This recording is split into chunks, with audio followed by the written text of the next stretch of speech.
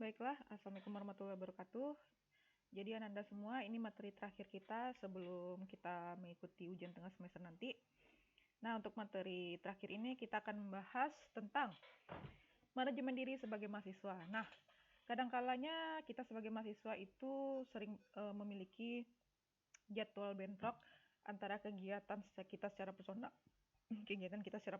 kegiatan kampus, kegiatan keluarga, dan kegiatan lain-lainnya yang biasanya kita ikuti.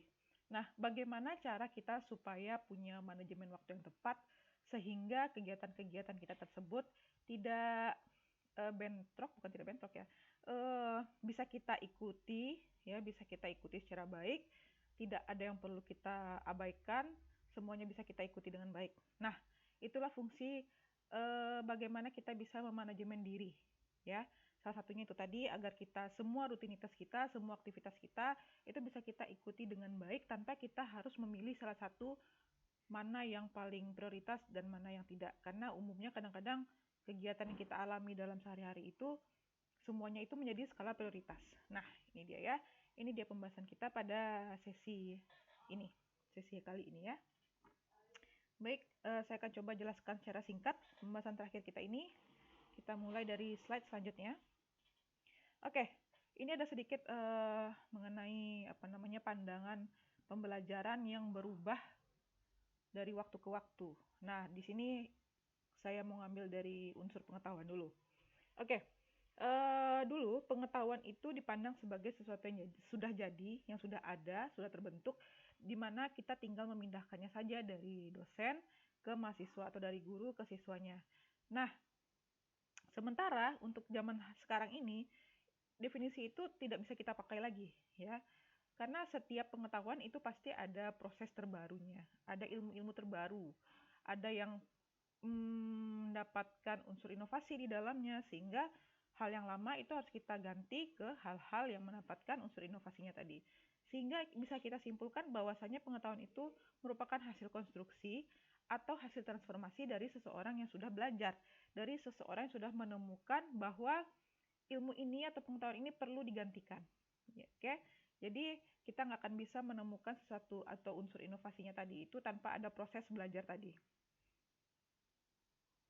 Oke, yang kedua adalah konsep belajar.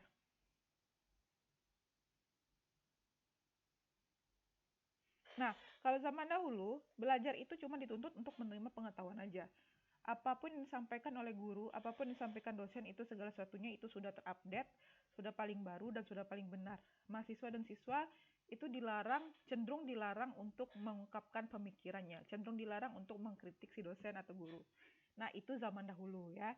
Zaman sekarang, definisi belajar itu sudah berubah menjadi bagaimana kita mencari atau mengkonstruksi atau membentuk pengetahuan itu secara aktif, dan juga kita mengetahui seluk-beluk caranya dari terbentuknya sebuah ilmu tadi. Nah, jadi bagaimana? Bagaimana kita bisa membentuk pengetahuan itu secara aktif? Otomatis kita kembali lagi ke definisi pengetahuan dengan cara belajar dan terus belajar. Kita juga bisa mempelajari penemuan orang lain, dari sana bisa kita jadikan sumber inspirasi dalam menemukan hal-hal apa yang bisa kita update dari ilmu-ilmu yang sudah pernah ada sebelumnya. Oke, jadi ada perubahan, sekali lagi ada perubahan paradigma dari definisi pengetahuan ke definisi belajar. Oke, ini juga ada perubahan paradigma dari kegiatan mengajar. Nah, kalau orang justru dulu hanya melakukan proses mengajar saja, tapi tidak mengajarkan. Nah, apa perbedaannya? Kalau mengajar itu merupakan proses pembelajaran yang bersifat klasik, karena di sana dia cuma menyampaikan informasi saja, menyampaikan pengetahuan saja, tanpa mementingkan adanya interaksi antara mahasiswa dengan si dosen tadi. Nah, kemudian dalam kegiatan mengajar, dia cuma hanya menjalankan sebuah instruksi yang telah dirancang oleh sistem dari institusi pendidikan tersebut. Nah, sementara kita sudah beralih ke mengajarkan, proses mengajarkan, di mana di sini definisinya adalah di dalam mengajarkan itu kita sudah mengajak mahasiswa atau siswa kita berpartisipasi dalam membangun konstruksi pengetahuan tadi. Jadi nggak hanya si dosen saja, nggak hanya guru saja yang membentuk sebuah wawasan atau pengetahuan, tapi ini sudah ada keterlibatan atau sudah ada partisipasi si mahasiswa dan si siswa dalam kegiatan konstruksi pengetahuan tadi. Kemudian di dalam mengajarkan juga ada menjalankan berbagai strategi yang membantu mahasiswa untuk dapat belajar.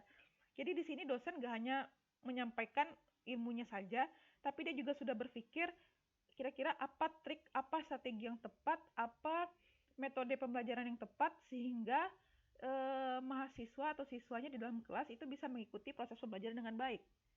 Gitu, sehingga mahasiswanya itu benar-benar paham, benar-benar bisa mencapai pembelajarannya sesuai dengan apa yang diharapkan oleh si dosen atau guru tersebut. Nah, itu dia perbedaan antara mengajar dan mengajarkan. Ya, lanjut. Nah, ini dia. Di gambar ini bisa kita lihat teknik mengajar di zaman dahulu, di zaman paradigma beberapa tahun yang lalu, katakanlah seperti itu ya.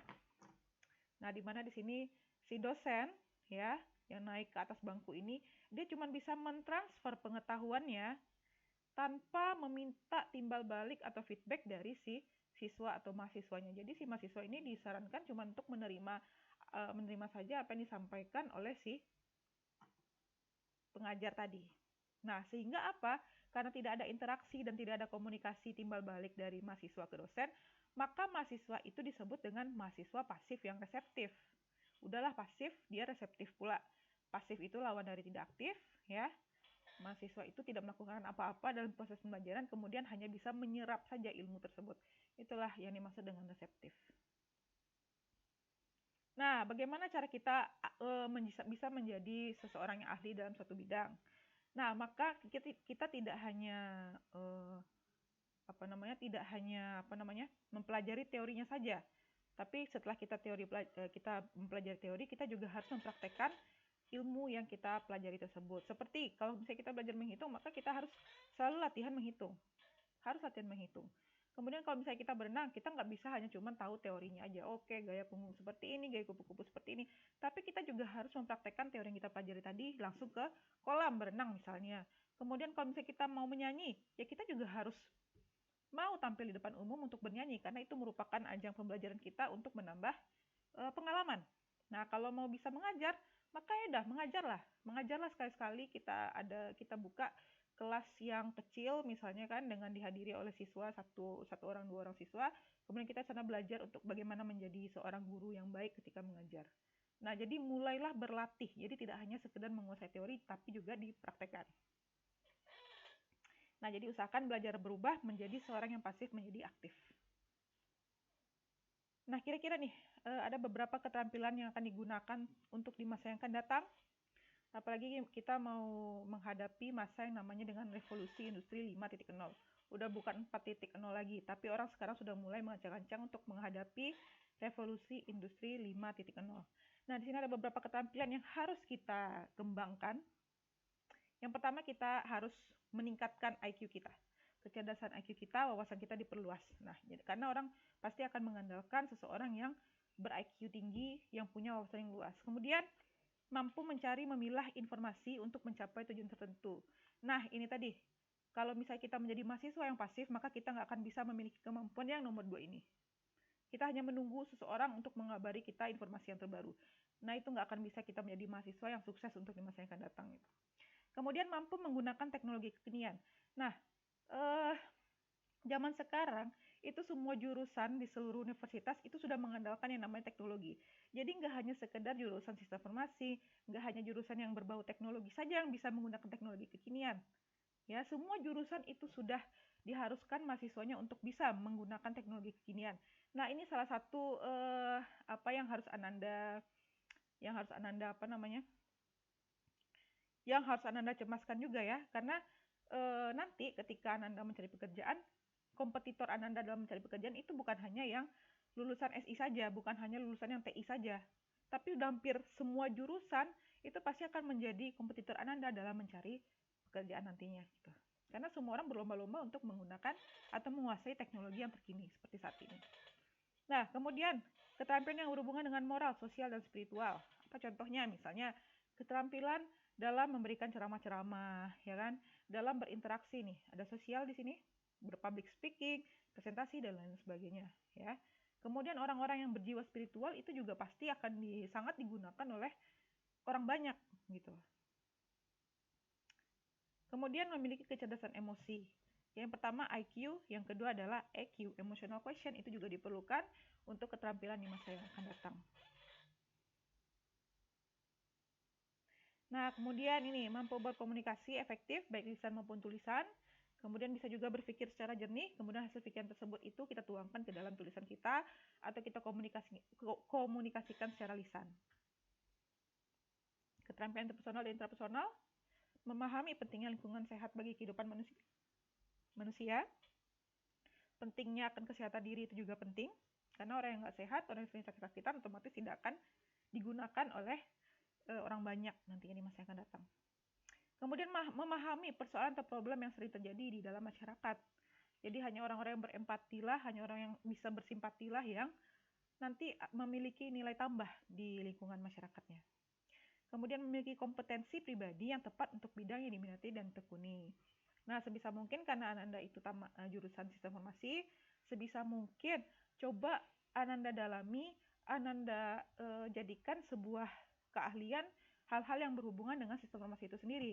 Nah, kalau misalnya tujuan luaran dari prodi kita adalah untuk membuat program, maka Ananda harus bisa menguasai hal tersebut, membuat program, menjadi programmer, dan lain sebagainya. Jangan sampai nanti Ananda tamat dari sini, tapi Ananda tidak membawa keterampilan SI itu sendiri. Nah, itu pasti sangat gawat. Karena itu nanti yang pertama ditanya ketika interview, Ananda harus mempertanggungjawabkan apa ilmu yang Ananda dapat di dalam masa perkuliahan ini.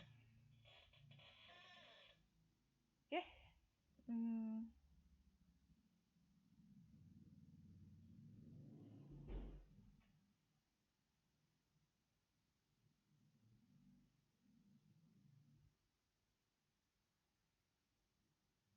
Oke. Ini ada beberapa skema aktivitas yang bisa Anda ikuti selama masa berkuliah. Ada kuliah di kelas, ini secara offline ya, secara tatap muka. Biasanya kita di STM Indonesia Padang ada kuliah secara tatap muka di kelas. Kemudian ada kuliah di perpustakaan juga, studi perpustakaan namanya. Kemudian ada kerja di labor atau belajar di labor. Kalau misalnya nanti ada bertemu dengan mata kuliah yang bersifat arah-arah ke program, itu biasanya nanti Ananda akan belajarnya di labor, kemudian kerja komputer, PKL, dan selain sebagainya. Kemudian untuk menunjang hal itu tersebut, Ananda bisa melakukan tutorial atau bimbingan konsultasi dengan penasihat akademik dan lain sebagainya. Kemudian bisa juga menjalin hubungan dengan dunia luar seperti industri, pasar kerja, dan lain sebagainya. Nah, ini dia ya. Nah, dari ini semua nanti Ananda bisa mendapatkan outputnya, yaitu sertifikat atau ijazah kelulusan. Nah, ini dia, bagaimana cara mencapai kesuksesan. Ini ada beberapa syarat minimal untuk sukses menurut Zuhair. Ya, yang pertama ini tadi, kalau menurut Zuhair, kemampuan berkomunikasi itu merupakan kemampuan utama dalam mencapai kesuksesan. Kemudian suka tantangan dan tidak mudah menyerah, apalagi mengeluh ya. Mengeluh itu awal dari menyerah. Nah, jadi jangan sampai mengeluh duluan. Jadi kita harus memandang segala sesuatu itu dengan positif supaya kita bisa menghindari rasa-rasa ingin mengeluh, rasa-rasa ingin bersyukur, dan akhirnya nanti kita menyerah. Oke, kalau menyerah, ingat kembali bahwasanya banyak orang di luar sana yang menginginkan posisi Ananda sekarang ini sebagai seorang mahasiswa. Kemudian berani mengambil risiko dan memiliki kemampuan manajerial yang bagus. Nah, bagaimana memiliki kemampuan manajerial? Nah, coba ikuti dulu pembahasan kita hari ini tentang manajemen diri. Insya Allah nanti Ananda akan temukan kunci sukses bagaimana memiliki kemampuan manajerial yang baik, khususnya ketika Ananda menjadi seorang mahasiswa. Oke, ini ada prinsip-prinsip belajar ya. Prinsip-prinsip belajar, pertama kita harus memiliki motivasi dulu. Apa motivasi Ananda untuk berkuliah pada saat ini? Nah, coba tanyakan itu pada diri Ananda sendiri. Apa motivasinya? Apakah karena terpaksa? Nah, kalau misalnya Ananda memiliki motivasi yang negatif, ubah motivasi negatif tersebut, tukar motivasi negatif tersebut menjadi motivasi yang bersifat positif. Bisa untuk menyenangkan orang tua, bisa untuk menjadi, mungkin Ananda memang memiliki cita-cita untuk menjadi seorang programmer yang handal dan lain sebagainya. Kemudian keaktifan belajar, juga harus disiplin. Minimal Ananda itu punya schedule waktu-waktu kapan yang tepat untuk belajar. Nah, kemudian umpan balik dan penguatan. Nah, bagaimana cara mendapatkan penguatan di saat belajar? Ini berhubungan dengan memori. Nah, minimal Ananda punya kelompok belajar. Nah, itu kenapa saya bentuk juga kelompok belajar di setiap kelas. Tujuannya agar Ananda bisa membentuk sebuah kelompok atau sebuah komunitas dengan tujuan untuk memorize kembali materi-materi apa yang saya sampaikan pada saat itu. Kemudian kecepatan belajar. Nah, bagaimana cara cepat belajar itu juga pasti membutuhkan latihan-latihan. Oke, ini kita skip. Nah, lanjut. Dari sekarang Ananda sudah harus memikirkan atau membayangkan apa perencanaan karir Ananda ke depannya. Apa perencanaan Ananda ke depannya? Kira-kira apa profesi yang mau Ananda ambil ke depannya ketika Ananda sudah tamat dari STMIK Indonesia Padang ini? Nah, sebelumnya mungkin Ananda juga sudah bisa mempertimbangkan, sudah bisa memilah-milah kira-kira Ananda nanti mau membahas apa nih di tugas akhir Ananda. Nggak apa-apa, itu sudah bisa Ananda pikirkan dari sekarang. Kalau bisa Ananda pikirkan juga kira-kira referensi apa yang Anda bisa referensi apa yang bisa Anda gunakan nantinya ketika dalam merumuskan tugas akhir. Ya, jadi Anda sudah tahu tujuannya mau kemana, sudah tahu arahnya mau kemana nantinya. Oke.